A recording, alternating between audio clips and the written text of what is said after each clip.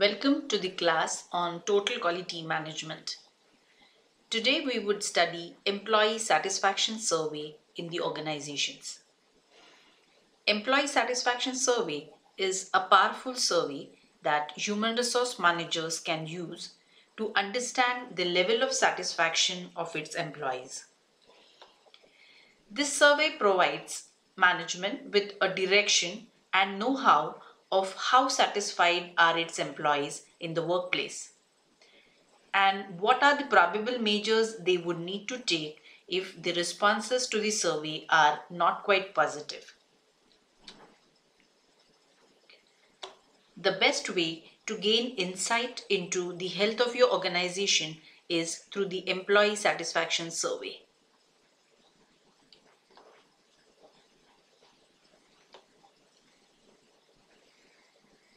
What is an employee satisfaction survey?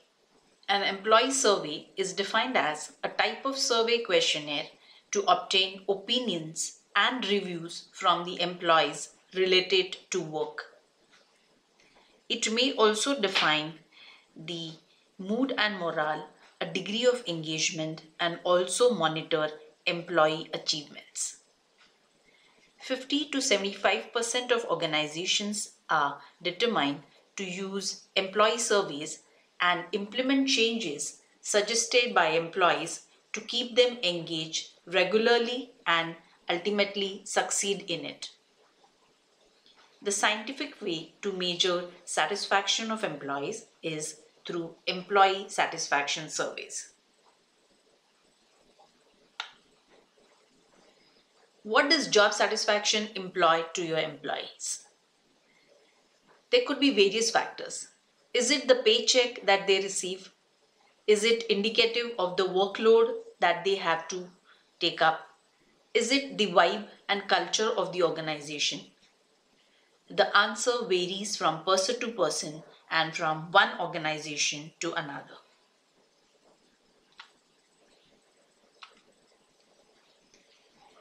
Let us look at the various categories of employee satisfaction surveys. The points which are usually included in the surveys would focus on level of autonomy given to the employees, clarity and transparency in communication process at work, compensation, salary and perks, the culture of the organization. The organizational culture is a system of shared assumptions, values and beliefs which governs how people behave in the organization. These values have a strong influence on the people in the organization and dictate how they dress, act, perform their jobs, which may lead to employee satisfaction or sometimes dissatisfaction. The next factor is scope for creativity, the management style and the support of the management, and most important, work-life balance. While carrying out surveys, certain things needs to be kept in mind. The employees may get fatigued if surveys are too long. The questions are very vague and irrelevant, and the motive behind the survey is not made clear to them through proper communication.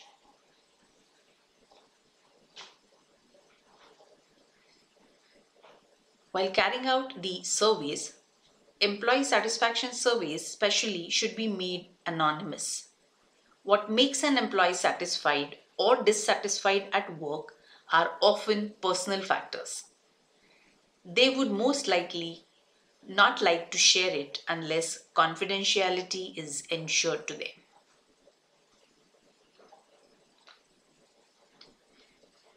Once the surveys are carried out, communication of the results of the survey has to be given to the employees.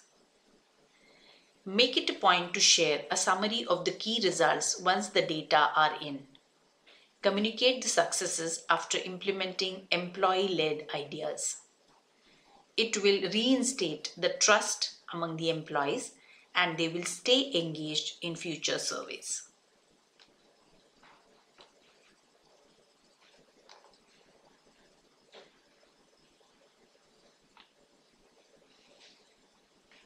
The survey should focus on an understanding of employees' perceptions of the management and leaders.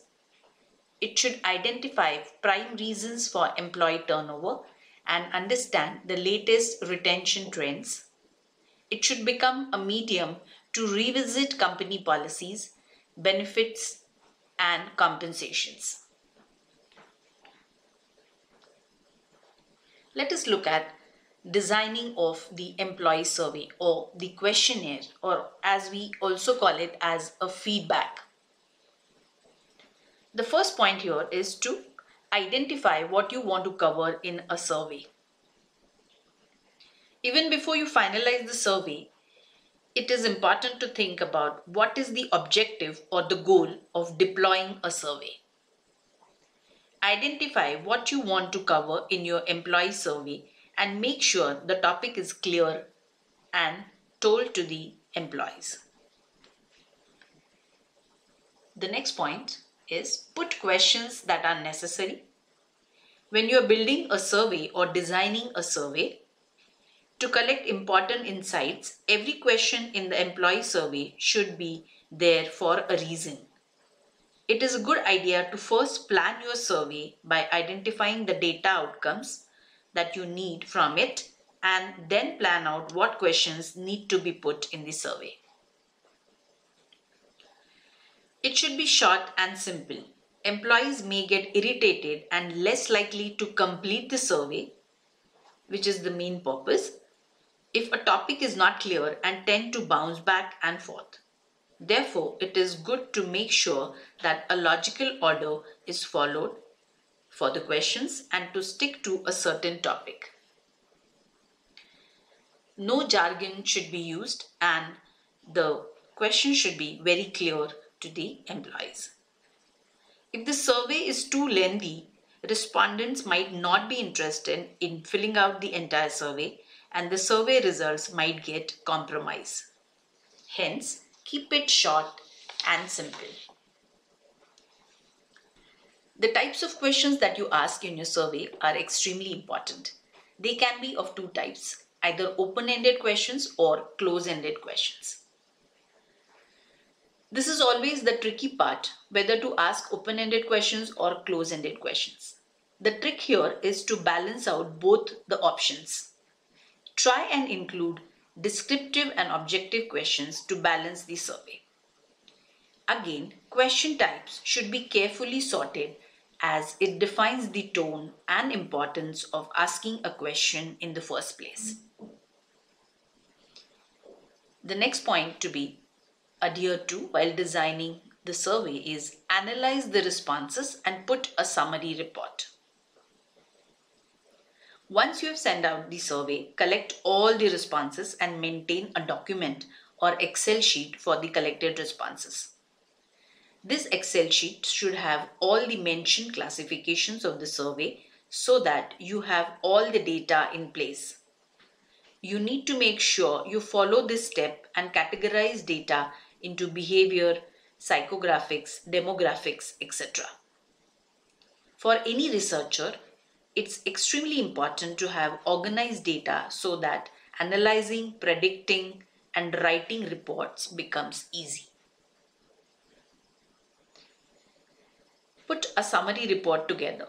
After collecting responses and analyzing it, share your analysis with your customers. You should have all the data gathered from the surveys in a particular format by this stage. The readers should get a clear picture of the goal. Make sure you cover questions such as, do users prefer a particular service? Which products do we use? Or similar questions. And the last step and the important one is to conclude your plan of action after you finish the survey. Prepare your final action plan on the basis of your goal, responses which you have got, and draw conclusions. Mend your final plan and start executing the changes. Unless the changes are executed, the whole survey may not have the meaning which it needs to be given.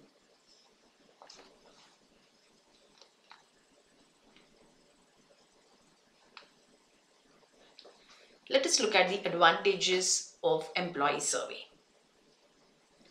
Employee surveys will give organization opportunities to focus on aspects such as workplace, the culture, attracting new employees, retaining the current ones, and constantly focusing on keeping employees content or satisfied.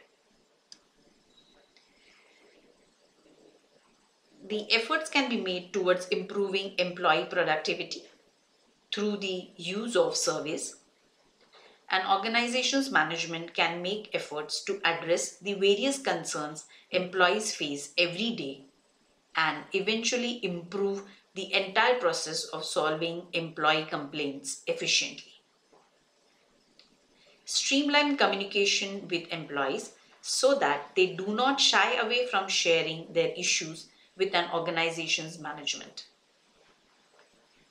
Employee performance as evaluated by team members and managers can be evaluated continuously. Every improvement tracked can be appreciated and every reported flaw can be worked on. Get inputs about what can be done differently to improve the business or the organization and uncover issues that may cause loss to the business according to the workforce. A positive management support and motivation of the employees is extremely important for the satisfaction survey to succeed.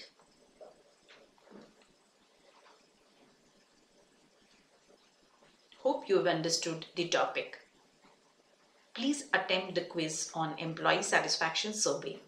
The link is given in the description box. Thank you for being here for my class.